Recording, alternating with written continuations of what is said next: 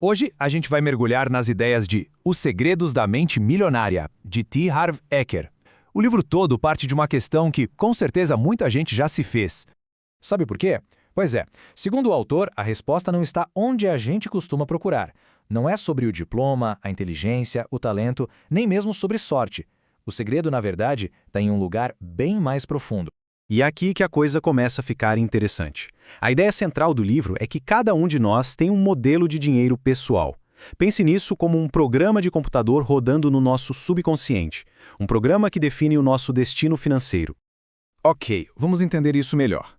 Esse modelo funciona como se fosse um termostato financeiro.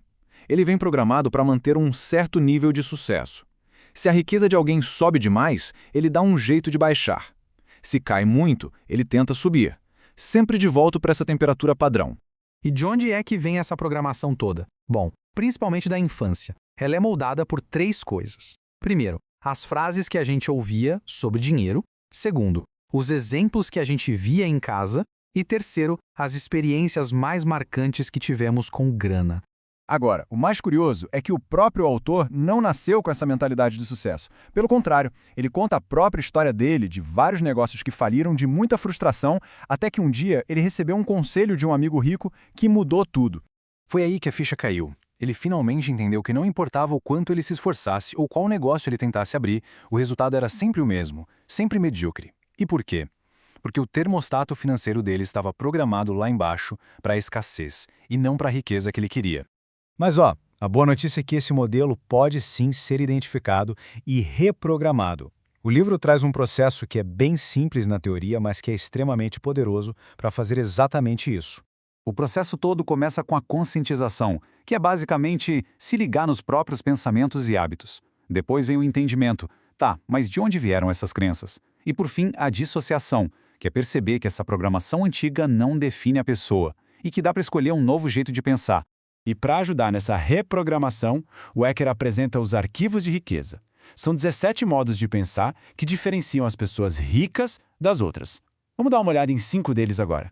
O primeiro ponto aqui é sobre escala. A mentalidade pobre se contenta com pouco, joga um jogo pequeno. Já a mente milionária pensa grande. As pessoas ricas sabem que o retorno delas é proporcional ao valor que entregam, então elas escolhem jogar um jogo maior.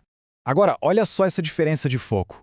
Enquanto a maioria das pessoas vê um obstáculo e fica paralisada pelo medo do que pode dar errado, os ricos olham para a mesma situação e focam nas oportunidades de crescimento, nas recompensas. É uma virada de chave na perspectiva.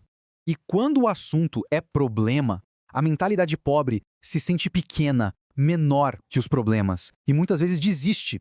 A mentalidade milionária entende que o segredo não é evitar problemas, mas sim crescer como pessoa, se desenvolver para se tornar maior do que qualquer desafio.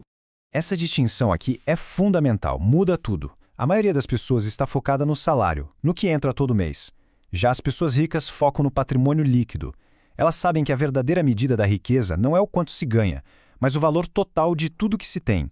E por último, a atitude em relação a aprender. A mentalidade pobre é aquela do "isso eu já sei". A mentalidade milionária, por outro lado, está sempre aprendendo, sempre crescendo. Seus praticantes são eternos estudantes. Vamos nos aprofundar um pouquinho mais nessa mudança de foco, que é sair da renda mensal e mirar no patrimônio líquido. Sabe quando o foco é só na renda? É muito fácil cair numa armadilha, a tal da lei de Parkinson. A despesa sempre sobe para acompanhar a receita.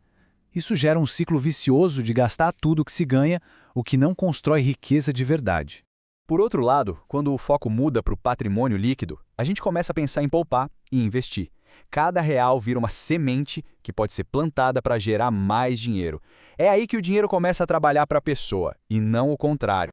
Isso exige uma mudança fundamental. Como diz o princípio da riqueza do livro, ou se está no controle do dinheiro, ou ele estará no controle da gente. É sobre gerenciar as finanças ativamente, em vez de ser levado por hábitos que nem percebemos.